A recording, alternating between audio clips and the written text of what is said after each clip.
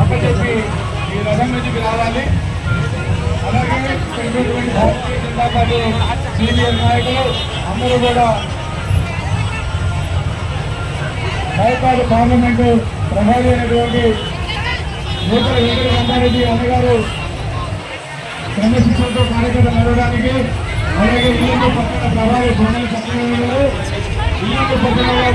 senior నాయకులు నాళ్ళ సోమసుందరం గారు, అలాగే మురళీకృష్ణ